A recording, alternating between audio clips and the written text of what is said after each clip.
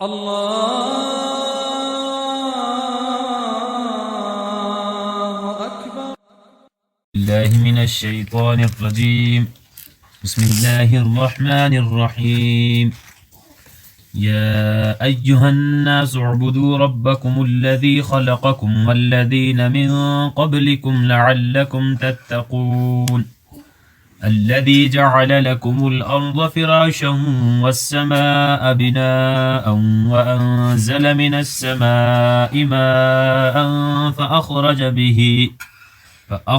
به من الثمرات رزقا لكم فلا تجعلوا لله أندادا وأنتم تعلمون.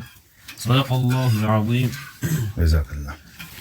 یا ایھا الناس، اے لوگو، اعبدوا ربکم، تم عبادت کرو اپنے رب کی، الذی خلقکم، جس نے تمہیں پیدا کیا، والذین من قبلکم، اور ان لوگوں کو جو تم سے پہلے گزرے ہیں، لعلکم تتقون، تاکہ تم متقی بنو.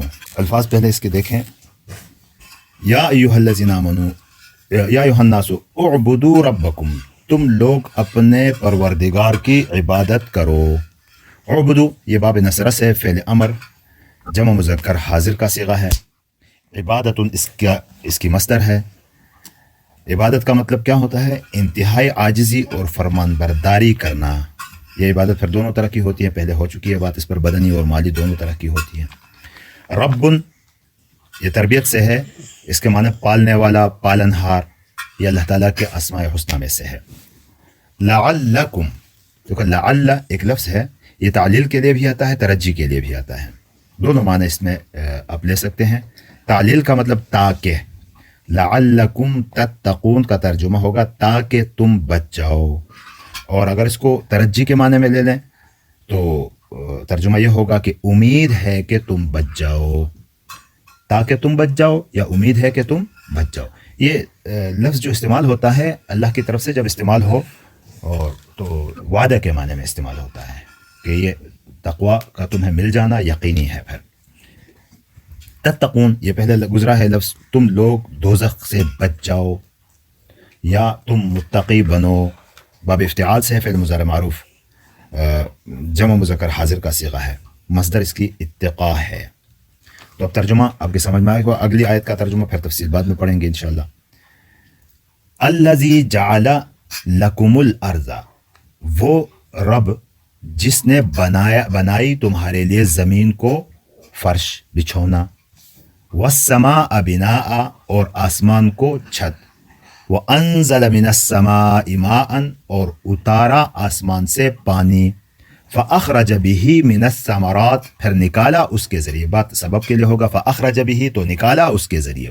کس کے ذریعے؟ اس پانی کے ذریعے. من الثمرات رزقا لکم، میوے تمہارے رزق کے لیے. یہ رزق عام طور پر ہم کھانے پینے کی چیزوں کو کہتے ہیں، لیکن جس سے انسان کی ضروریات وابستہ ہوں اس کے لیے یہ لفظ رزق کا استعمال ہوتا ہے. اور ثمرات میووں کے لیے بھی استعمال ہوتا ہے، کسی چیز کے بھی فائدے کے لیے استعمال ہوتا ہے. فلا تجعلوا للہ، تو مت بناؤ اللہ کے لیے، اندادن، شریک، مد مقابل، وانتم تعلمون، اور تم جانتے ہو. الفاظ دیکھیں پہلے. فراشن، یہ بچھونا ہے، فرش ہے. یہاں فراش سے مراد اللہ تعالیٰ نے زمین کو ٹھہرنے اور رہائش کے قابل بنا دیا. یعنی جس طرح بچھونا آدمی نیچے بچھاتا ہے اور سہولت کے لیے، تو اس طرح کی چیز کہ نہ پانی کی طرح نرم ہے کہ ڈوب جاؤ، نہ لوہے کی طرح سخت ہے کہ کوئی بھی کام اس پر نہ کر سکو. تو فراش، بنا چھت کو کہا جاتا ہے، ابنیہ اس کی جمع آتی ہے. الثمرات، یہ پھل ہے، ثمرتن اس کی واحد ہے. اندادن، شریک، مد مقابل کے لیے آتا ہے. ند اس کی واحد، اس کا واحد کیا ہے؟ ند، فلا ولا ند لہ، اللہ کا کوئی مد مقابل نہیں ہے. تو یہاں تک الفاظ اور ترجمہ آپ کی سمجھ میں آ گیا. اس سے پہلے قرآن پاک کی آیات جو ہم نے پڑھی، تو قرآن کے جس میں کوئی شک نہیں، اس کے مخاطب دو طرح کے لوگ بن گئے. مخاطب دو حصوں میں تقسیم ہو گئے، فمنکم کافر ومنکم مؤمن، کچھ کافر اور کچھ ایمان والے. اب جو کافر ہیں ان کی دو قسمیں آپ نے پڑھی، ایک تو صریح کافر کہ جو ظاہر بھی کافر باطن بھی کافر، اور ایک منافق جو باطن تو اس کا کفر سے بھرا ہوا ہوتا ہے، کافر ہوتے ہیں باطنی طور پر اندر، اور ظاہر اپنے آپ کو مسلمان ظاہر کرتے ہیں۔ اب ان کے بعد پھر قرآن پاک ان تمام کو مخاطب کر کے، ان سب کو مخاطب کر کے جو غایت اور غرض ہے اس قرآن کا، جو دین اور اسلام کا خلاصہ ہے، وہ ان کے سامنے رکھ رہا ہے کہ ان چیزوں پر تم نے ایمان اور یقین رکھنا ہے اور ایمان لانا ہے۔ وہ کون کون سی چیزیں ہیں؟ تو وہ تو سارے عقائد کی باتیں ہیں، بہت ساری ہیں، لیکن بنیادی طور پر جن چیزوں کی طرف اسلام دعوت دیتا ہے وہ تین ہیں۔ ایک اللہ کی ذات کی وحدانیت، اللہ کا وجود اور اس اللہ کی وحدانیت ایک ہو گیا، حضور نبی اکرم صلی اللہ علیہ وسلم کی رسالت دو ہو گئی باتیں، اور تیسری چیز آخرت۔ یہ تین چیزیں بنیاد، باقی اس کے ذیل میں فرشتے وغیرہ سارے آ جاتے ہیں اس میں بھی۔ تو ان تین چیزوں کی طرف دعوت دی گئی ہے جو قرآن کے دعوت کا خلاصہ اور قرآن کی دعوت کی غایت اور غرض ہے۔ ان تین چیزوں کی طرف دعوت جو انسانیت کو دی جا رہی ہے، وہ اگلی ان 5 آیتوں میں ان کو یہ دعوت دی گئی ہے۔ تو پہلا عقیدہ وہ کیا ہے کہ اللہ کا وجود اور اللہ کی وحدانیت۔ وجود کا مطلب اللہ موجود ہے، وحدانیت کا مطلب یہ ہے کہ اللہ ایک ہے، اس کے ساتھ کوئی شریک نہیں ہے۔ یہ دو چیزیں۔ تو یہاں فرمایا کہ یا ایھا الناس، اے لوگو۔ اب دیکھو یہ یا ایھا الناس میں ایک بات یاد رکھیں، شروع میں آپ کو بتائی جا رہی ہے، بار بار نہیں بتائی جائے گی، کہ پچھلی امتوں کے احوال بھی قرآن میں آتے ہیں۔ ان میں یا قومی کہتا ہے ہر پیغمبر اپنی قوم سے، اے میری قوم اعبدوا اللہ، اللہ کی عبادت کرو۔ چونکہ وہ اپنے قوم کی طرف بھیجے گئے تھے، وہ انبیاء علیہ الصلوۃ والسلام، اور مخصوص زمانے اور مخصوص قوم کے لیے تھا، اس لیے وہاں لوگوں کو، پوری انسانیت کو مخاطب نہیں کیا گیا۔ لیکن حضور نبی اکرم صلی اللہ علیہ وسلم چونکہ عالمگیر نبی تھے پوری کائنات کی انسانیت کے لیے، اور پھر قیامت تک آنے والے لوگوں کے لیے تھا، اس لیے کسی وقت اور زمانے اور قوم کی تحدید یہاں نہیں کی گئی، بلکہ یہ کہا گیا کہ اے لوگو۔ یہاں سے حضور نبی اکرم صلی اللہ علیہ وسلم کے عالمگیریت، نبوت کی عالمگیریت معلوم ہوتی ہے، اور حضور نبی اکرم صلی اللہ علیہ وسلم کے ختم نبوت بھی یہاں سے معلوم ہوتی ہے کہ آپ صلی اللہ علیہ وسلم کے بعد کوئی نبی اور نہیں آئے گا۔ ایک بات، اور دوسری یہ ہے کہ یا ایھا الناس، بعض جگہوں میں اللہ رب العزت جو مخاطب کرتے ہیں تو یا ایھا الذین آمنوا، اور بعض جگہوں میں یقول یا ایھا الکافرون کہہ کر مخاطب کرتے ہیں۔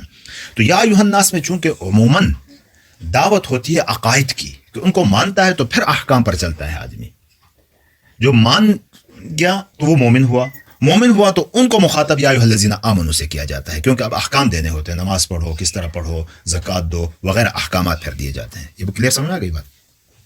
یا ایھا الناس، اے لوگو، اعبدوا ربکم، اپنے رب کی عبادت کرو۔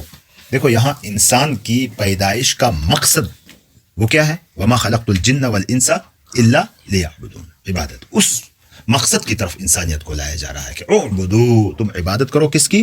ربکم۔ اعبدو اللہ بھی ہو سکتا تھا، درست تھا، لیکن یہاں اللہ رب العزت نے ربکم کا لفظ استعمال کیا۔ رب کسے کہتے ہیں؟ تربیت سے ہے نا، ایسی پرورش جو ابتدا سے لے کر کمال تک پہنچاتے ہوئے جس وقت جس چیز کی ضرورت ہے اس کو مہیا کرنے والا، وہ رب اللہ ہی ہے اور کوئی نہیں ہو سکتا۔ تو یہاں چونکہ کافر بھی یہ مانتے تھے کہ رب اللہ ہے، تو اس لیے کہا کہ جو رب تمہاری شروع سے ابتدا سے آخر تک تمہاری پرورش کرتا ہے، عبادت کے لائق وہی ہے، اس کوئی اور عبادت کے لائق نہیں ہے۔ تو گویا کہ دعویٰ بھی ہے، ایک حکم بھی ہے، اور حکم کی دلیل بھی اسی میں موجود ہے کہ اعبدوا ربکم، اپنے پالن ہار کی، اپنے پروردگار کی عبادت کرو۔ پھر آگے پھر اور دلیل دی، الذی یہ وہ دلیل آگے دی جا رہی ہے جو کفار اور مشرکین تھے وہ بھی مانتے تھے کہ اللہ ہی خالق ہے ساری چیزوں کا، تو وہی دلیل ان کو دی جا کہ جس کو تم مانتے بھی ہو کہ الذی خلقکم، کہ جس نے تمہیں پیدا کیا، والذین من قبلکم، اور ان لوگوں کو پیدا کیا جو تجھ سے پہلے گزرے ہیں، جو تجھ سے پہلے گزرے ہیں، ان کو بھی کس نے پیدا کیا ہے؟ اللہ نے۔ دیکھو یہاں دو باتیں جو ذہن میں آ رہی ہیں وہ بتا رہا ہوں میں آپ کو کہ الذی خلقکم، جس نے تمہیں پیدا کیا اور تم سے پہلوں کو پیدا کیا، بعد والوں کا ذکر اس میں نہیں ہے۔ تو اس کا مطلب یہ ہے کہ پہلوں سے مراد کون ہے؟ سابقہ امتیں تھی وہ مراد ہیں، اور تم سے مراد کیا ہے؟ تم امت محمدیہ ہو، یہاں سے معلوم ہوتا ہے کہ امت محمدیہ کے بعد اور کوئی امت نہیں آئے گی، امت محمد نبی کے بعد کوئی اور نبی کسی بھی صورت میں نہیں آئے گا، ورنہ من بعدکم بھی کہہ دیتا ہے، ہاں الذی خلقکم والذین من قبلکم والذین من بعدکم بھی آ جاتا، ایسا کچھ نہیں کہا۔ قرآن نے صاف صاف کہہ دیا کہ تجھ سے پہلے لوگوں کو اور تمہیں بھی کس نے پیدا کیا؟ اس اللہ نے پیدا کیا۔ اب اس چیز کو لعلکم تتقون، تاکہ تم متقی بنو۔ اب یہاں تتقون سے مراد متقی بننا بھی ہے، جیسے تقوی کا خلاصہ بتا دیا تھا پہلے، اور تاکہ تم بچو کا ترجمہ بھی کیا جا سکتا ہے کہ تاکہ تم بچو، اتقاء کے معنی بچنے کے بھی آتے ہیں، تو بچو کس چیز سے بچو؟ اللہ کی ناراضگی اور جہنم کے عذاب سے بچو۔ الذی جعل لکم الارض، دیکھو یہاں اس آیت میں انسان کے اندر کی جو تخلیق اور چیزیں ہیں ان کے بارے میں تھا، انفسی دلائل تھے، یہ ایک انسان کے ذات کے اندر جو تھی، اور اگلی آیت میں انسان کی ذات سے باہر کی دلائل بتا رہے ہیں۔ الذی جعل لکم الارض فراشا، اللہ وہ ذات ہے کہ جس نے تمہارے لیے زمین کو بچھونا بنا دیا، فراش بنا دیا۔ فراش کا مطلب کیا ہے؟ کہ رہائش کے قابل چیز بنا دی۔ اگر یہ پانی کی طرح نرم ہوتی تو ہر ایک ڈوب جاتا، کوئی ٹھہر نہیں سکتا اس کے اوپر، اور اگر اس کو بالکل لوہے کی طرح سخت بناتے تو نہ کاشتکاری ہوتی، نہ اس پر سکون سے زندگی گزر سکتی تھی۔ تو جس اللہ نے اس زمین کو تمہارے لیے بطور فرش کے بچھونا کے بنایا، والسماء بناء، اور آسمان کو چھت، یعنی تم ایک محدود دائرے میں رہتے ہو زمین اور آسمان کے درمیان، اور وانزل من السماء ماء، اور آسمان سے تمہارے لیے پانی برسایا۔ آسمان سے مراد اوپر ہے، جو چیز تمہارے اوپر ہو وہ آسمان ہی کہلاتی ہے، آسمان کی طرف سے آتی ہے نا، آسمان سے ہی نہیں۔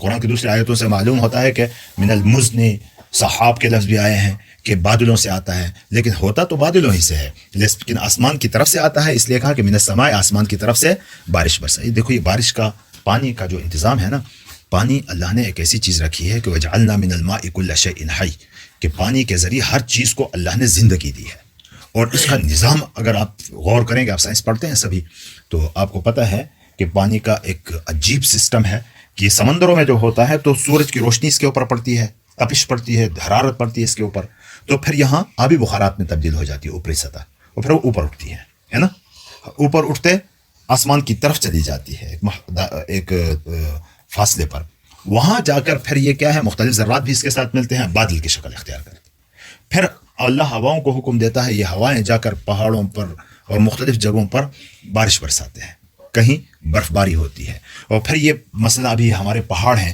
ان کے اوپر آ کے وہ بارش برستی ہے، برف پڑتی ہے، تو اس کی وجہ سے انڈر گراؤنڈ جتنی ٹینکیاں ہیں اللہ نے بنائی ہوئی ہیں ان پہاڑوں کے میں، وہ فل ہو جاتے ہیں۔ جب وہ فل ہو جاتے ہیں تو پھر اسے کیا ہوتا ہے؟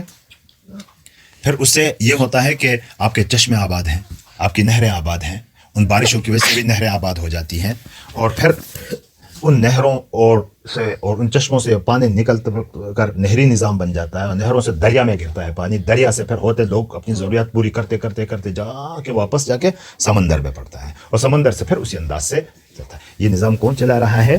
اللہ۔ اور اس سے ہم فوائد کیا؟ ہماری زندگی اس پر ہے، اور اس پانی کے ذریعے ہماری پیداوار بھی اسی پانی کے ذریعے ہوتی ہے۔ تو فرمایا کہ فَأَخْرَجَ وَأَنزَلَ مِنَ السَّمَاءِ مَاءً، اور اتارا تمہارے لیے آسمان سے پانی، فَأَخْرَجَ بِهِ، پھر اس کے ذریعے نکالا، مِنَ الثَّمَرَاتِ، میووں میں سے، یا پیداوار میں سے، رِزْقًا لَكُمْ، تمہارے لیے رزق، فَلَا تَجْعَلُوا لِلَّهِ أَنْدَادًا، بس اللہ کے ساتھ کسی کو مد مقابل مت بناؤ، کسی کو شریک مت بناؤ، کیونکہ یہ اس کی سخت وہ ہے کہ بعض دفعہ یوں بھی کہتا ہے کہ واقعہ آتا ہے کہ ایک صحابی نے کہا کہ ما شاء اللہ و ما انت، جو اللہ چاہتا ہے اور جو تو نے چاہا، تو حضور صلی اللہ علیہ وسلم نے بہت ناراضگی کا اظہار کیا کہ اجعلتنی ندا للہ، تو نے مجھے اللہ کے مد مقابل بنا دیا۔ ہمارے زبان میں بھی کہتے ہیں نا، آپ کے حوالے اللہ کے حوالے اور آپ کے حوالے، بھائی اللہ کے ساتھ برابری کہاں سے لا رہے ہو؟ اللہ کے حوالے، بس ختم بات۔ تو یہاں سب سے بڑا جو جرم ہے دنیا میں اور اللہ اس کو معاف نہیں کرتا، وہ کیا ہے؟ شرک۔ ان الشرک لظلم عظیم، ان اللہ لا یغفر ان یشرک به ویغفر ما دون ذلک، شرک کو اللہ معاف نہیں کرتا کہ اللہ کے مقابل کسی کو نہیں بنانا۔ فلا تجعلوا للہ اندادا، تو اللہ کے ساتھ کسی کو شریک مت بناؤ، اللہ کے ساتھ کسی کو مد مقابل مت بناؤ، وانتم تعلمون، اور تم جانتے بھی ہو۔ یہ کیوں کہا؟ اس انسانیت کو کہ انسانیت میں اس وقت بھی اگر دیکھیں تو ایک مجوسی ہیں، ان کے بارے میں دہری ہیں، وہ اللہ کو نہیں مانتے. باقی کائنات میں زیادہ تر لوگ اللہ کو تو مانتے ہیں، لیکن مشرک کیوں بنے، کافر کیوں بنے؟ کیوں اللہ کو مانتے ہیں لیکن اللہ کے مقابلے میں اور چیزیں بھی اس کے شریک بنا دیتے ہیں. لات ہے، عزا ہے، منات ہے، اور مختلف قسم حبل ہے، مختلف قسم کے بتوں کے انہوں نے نام رکھے تھے.